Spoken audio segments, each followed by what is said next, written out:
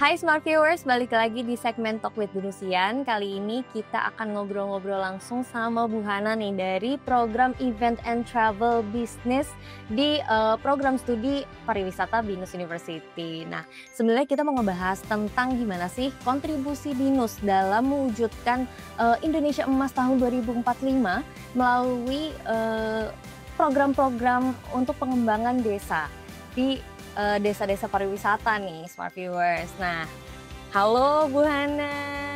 Halo, Gimana kabarnya Bu? baik. Baik, alhamdulillah. Oke, baik juga alhamdulillah. Hari ini kita berkesempatan buat ngobrol langsung nih ya Bu ya. Oke, untuk aku mau tahu sih sebenarnya BINUS University kan sebenarnya udah mewujudkan nih langkah-langkah untuk Indonesia Emas tahun 2045 melalui program studi pariwisata.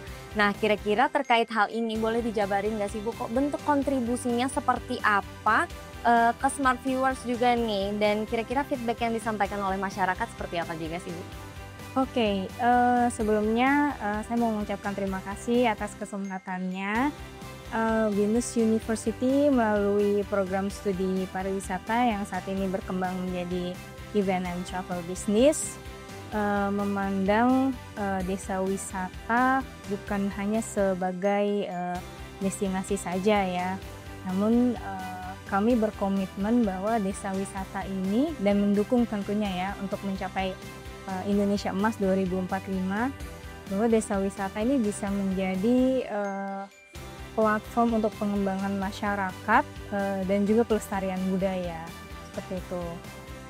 Yang kami lakukan selama ini adalah kami rutin ya turut mengembangkan desa wisata melalui kegiatan-kegiatan mahasiswa dan tentunya dibimbing oleh dosen ya. Di antaranya kami ada yang namanya proyek komunitas ya, komunitas project, kemudian ada field trip dan riset-riset bersama dengan masyarakat, seperti itu. Mungkin secara general ya, kalau di program studi kami ya, dari mulai desa wisata yang ada di Jakarta, yang dekat dengan kita, desa wisata tuh nggak cuma kalau pikirannya di Jawa Barat, di pelosok, enggak, ternyata desa wisata di Jakarta juga banyak gitu ya, di Jabodetabek tuh desa wisata banyak. Kami rutin melakukan pembinaan desa wisata di sekitar BINUS tentu saja, kemudian di Jawa, Pulau Jawa, sampai ke timur Indonesia gitu. Yang kami lakukan apa? Yang kami lakukan, ini contoh-contohnya aja, tentu saja kan kalau yang namanya kampus itu diharapkan menjadi sarana penelitian ya. Kami melakukan penelitian bersama dosen dan mahasiswa terkait desa wisata, misalnya potensinya apa sih gitu ya. Kemudian karena desa wisata ini kan tergolong baru ya kan, jadi perlu banyak yang namanya eksplorasi, siapa sih peminatnya desa wisata gitu. Lalu kebetulan nih mahasiswanya kan generasi yang saat ini diharapkan mengunjungi atau sebagai penikmat desa wisata ya kan. Nah kita eksplorasi lebih lanjut, kira-kira desa wisata, kegiatan apa yang diminati oleh mahasiswa di desa wisata, semacam itulah. Lalu kalau mau attracting Gen Z atau milenial, itu caranya seperti apa? Lebih apa yang mau ditonjolkan gitu. Nah, riset-riset yang semacam itu yang pernah kita lakukan gitu. Selain itu kita juga membantu pembinaan desa wisata ya, misalnya dalam bidang hospitality, kemudian digital marketing, lalu event management ya, kemudian packaging, tourism packaging dan lain sebagainya, sampai pembentukan paket wisata itu juga kita pernah melakukan kerjasama bersama desa-desa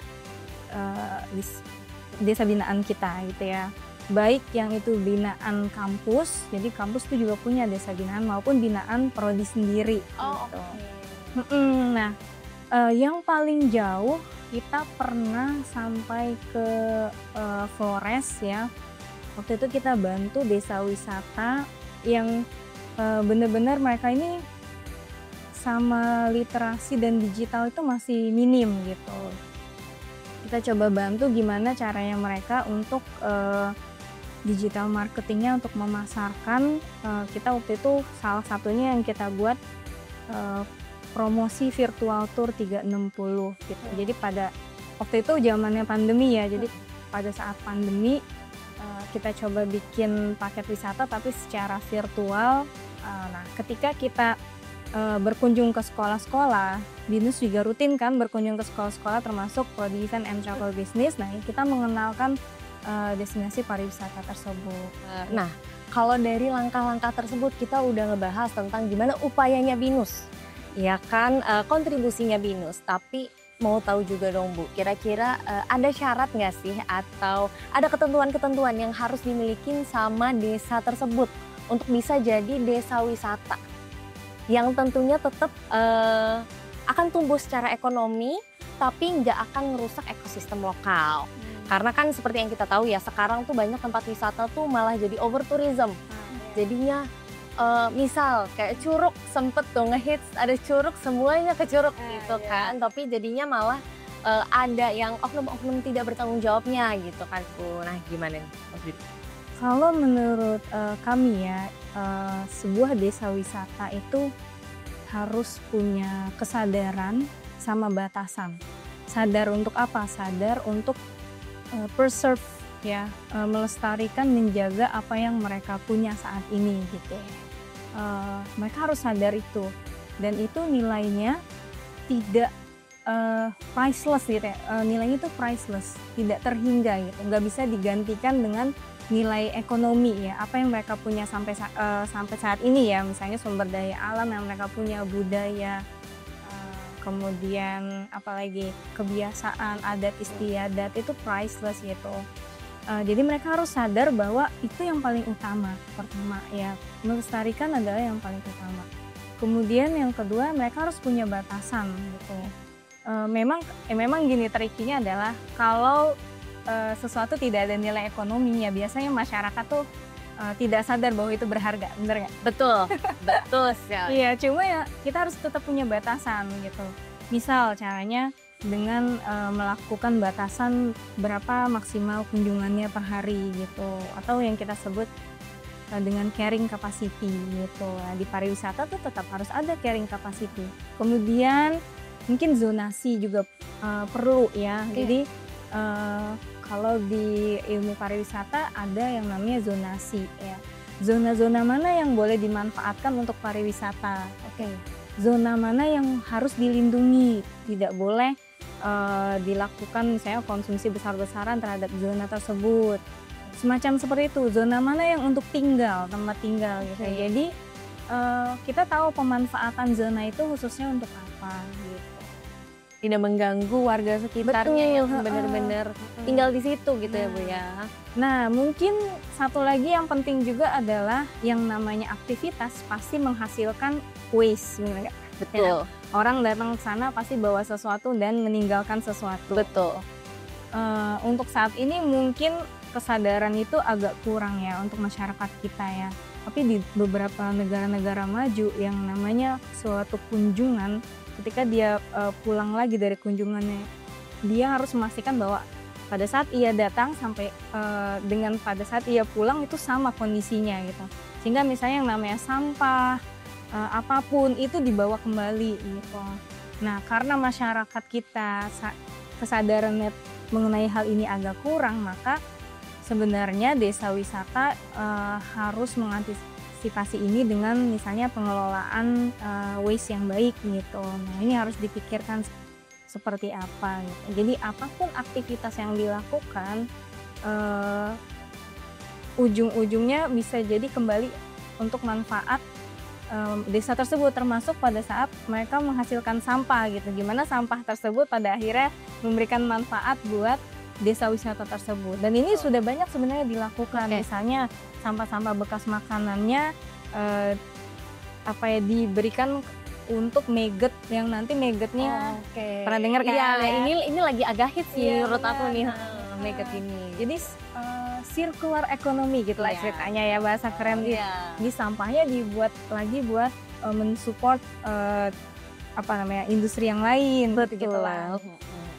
Oke, berarti kurang lebih harus ada sama-sama salingnya ya, dari desanya sendiri, dari pendatangnya juga, dari warga sekitarnya juga harus saling tektokan lah ya untuk Iya. bisa menghasilkan tempat pariwisata yang aman bagi semuanya gitu ya Bu. Betul. Oke. Kalau misalkan nih penasaran juga karena yang tadi sebenarnya udah disebut desanya tuh sebenarnya nggak harus terpencil ya. Tapi kadang desa sendiri tuh suka susah sinyal. Pastinya ada keterbatasan digital dan branding nih Bu. Nah, gimana sih caranya strategi pemasaran buat pariwisata yang efektif untuk desa-desa seperti ini Bu? Oke, untuk desa-desa yang mungkin punya akses amenitas yang terbatas ya, salah satu caranya yang kami lihat sih adalah kolaborasi ya, mungkin kolaborasi misalnya antara ini terutama untuk desa-desa yang baru mau berkembang gitu, yang Iya. masih merintis gitu ya. Nah ini baik nih untuk dilakukan kolaborasi dengan siapa, misalnya dengan institusi pendidikan ya. BINUS University juga kami sering berkolaborasi dengan desa-desa yang masih berkembang nih, yang masih merintis gitu. Nah di satu sisi mereka mungkin butuh semacam pembinaan dari kami gitu ya, kontribusi misalnya dengan pembuatan konten dan lain sebagainya. Di sisi lain kami bisa menjadikan itu sebagai pembelajaran buat mahasiswa. Nah itu yang kami lakukan gitu. Jadi bisa saja berkolaborasi dengan universitas, kemudian pastinya dengan pemerintah ya, pemerintah setempat, kemudian apalagi ya, dan banyak perusahaan-perusahaan mungkin yang ada di daerah tersebut gitu. Kita pernah kok mengunjungi desa yang dimana tuh nggak ada internet gitu, bahkan penerangan pun terbatas gitu. Jadi cuma ada di desa tersebut dan jadi di sekitarnya tuh benar-benar penerangan masih gelap banget. Jadi kalau malam kita keluar dari kamar ya, itu cahayanya tuh tidak ada polusi cahaya, jadi kelihatan banget terang ya kan. Pokoknya masih asri banget, cuma minusnya dia nggak ada internet. Oke. Jadi kita nggak bisa live langsung gitu ya. Iya, nggak bisa story Instagram. Tapi desa ini terkenal. Pernah denger nggak desa di atas awan? Kayaknya aku belum seinian itu ya, Nah. tapi mungkin harusnya udah lihat kali ya Iya, fotonya atau mungkin. videonya. Namanya Wairebo. Oh oke. Jadi desa itu nggak ada internetnya, tapi bisa terkenal. Nah itu caranya kayak gimana? Ya kan nggak harus kita live TikTok gitu ya, nggak harus gitu. Tapi kita bisa bekerja sama dengan setiap pihak yang datang ke desa tersebut ya kan, kemudian membuat konten. Nanti pada saat mereka sudah mengunjungi dan sudah di tempat yang ada internetnya, bisa update gitu, semacam itu. Ini juga bagus juga sih, di satu sisi walaupun nggak ada internet bisa juga untuk membatasi kunjungan masyarakat gitu ya, jadi nggak terlalu crowded di sana gitu. Dan untuk desa-desa mungkin yang memang penggunaan digital platformnya masih kurang, bisa mereka kan sekarang ada tuh yang bisa mengelola destinasi apapun ya. Jadi misalnya punya homestay, punya daya tarik wisata yang mau dikelola oleh pihak ketiga, itu bisa untuk digital marketingnya. Jadi bisa kita kerjasama dengan platform-platform digital pariwisata gitu ya. Jadi nggak harus kita yang capek-capek promosi sendiri ya kan. Tapi kan semua orang melihat platform digital pariwisata, dia bisa melihat desa tersebut gitu, tanpa harus mencari channel desanya gitu kan. Kemudian selain pakai platform digital, mungkin desa wisata ini bisa rajin juga kegiatan offline gitu. Contohnya ikut festival pariwisata gitu. Kemudian ikut-ikut lomba ya, anugerah desa wisata. Lalu misalnya kalau desa wisata tersebut punya event-event daerah yang menarik, bisa ikut Karisma Event Nusantara gitu ya.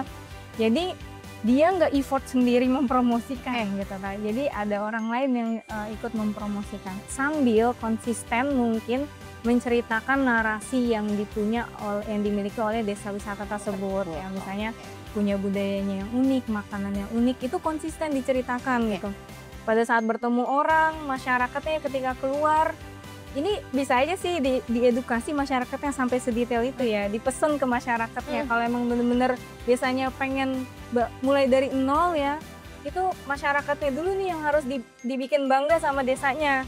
Karena cerita pertama itu kan dari masyarakat lokalnya. Betul. Itu. Jadi masyarakat lokalnya disuruh pada saat dia keluar, disuruh cerita. Kalau ditanya kamu dari mana, disuruh cerita di desanya ada apa, gitu. Jadi mungkin dimulai dari situ. Pokoknya dari warga lokalnya sendiri, sama kontribusi juga sama Universitas ya, seperti universitas, kita, atau Binus mungkin Universitas. komunitas, Betul. atau mungkin teman-teman yang content creator mungkin, biar bisa sambil promoin juga desanya gitu ya. Tapi mau tahu juga kira-kira indikator keberhasilan yang digunakan untuk nilai kalau misalkan desa ini tuh udah termasuk dalam desa yang berkelanjutan nih, dari sisi ekonomi, sosial, SDM, budaya, ataupun lingkungannya. Oke, kalau kita berbicara berkelanjutan, pasti kan 3 aspek sosial ya, sosial, budaya, ekonomi, dan lingkungan semua terpenuhi ya kan, baik dari sisi pengunjung maupun si hostnya, masyarakatnya gitu ya. Jadi kalau misalnya kita melihat dari segi masyarakatnya ya, desa wisata itu berkelanjutan. Dari segi ekonomi sudah pasti, perputaran ekonominya semakin kencang ya, uangnya di sana semakin ngalir gitu ya. Tapi tidak hanya sebagian pihak, merata gitu. Jadi harus adanya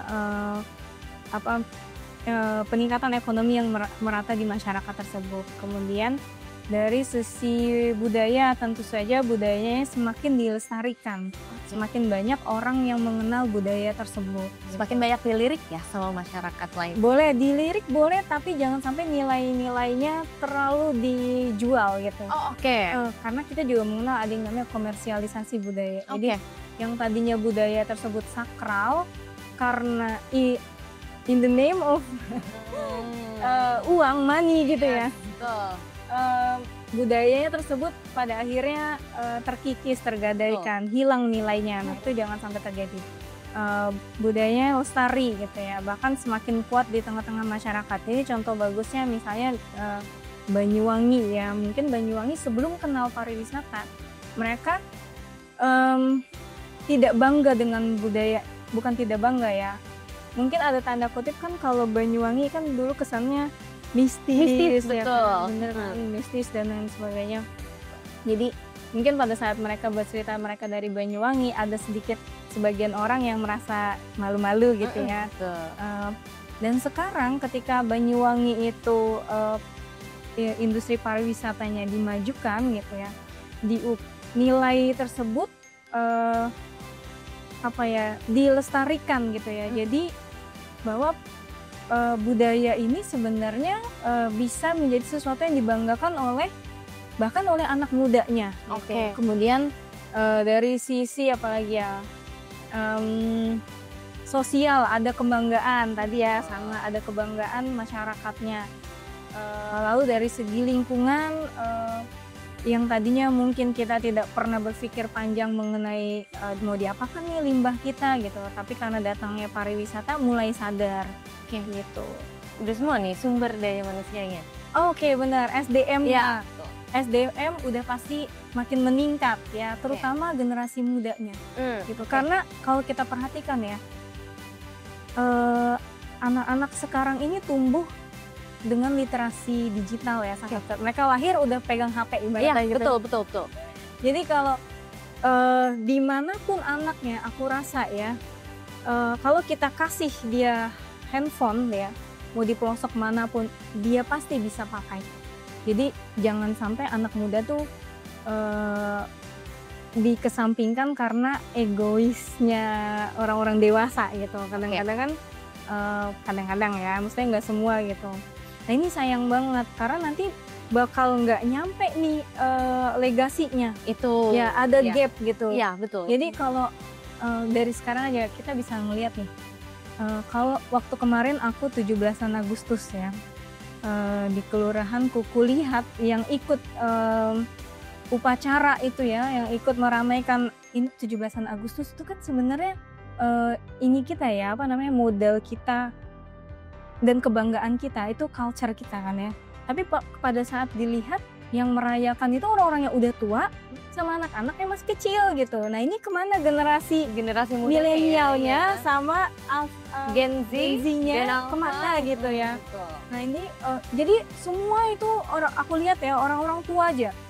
Berarti kurang lebih itu ya Smart Viewers, pokoknya generasi muda harus ikut berkontribusi selain menjadi generasi yang melek akan digital dan teknologi, tapi mereka juga harus ikut andil dalam melestarikan budaya, salah satunya dengan pengembangan desa yang sedang diupayakan nih sama Binus University. Itu dia tadi Smart Viewers obrolan kita. Jangan lupa untuk terus pantengin Jurnal Binusian di segmen Talk with Binusian.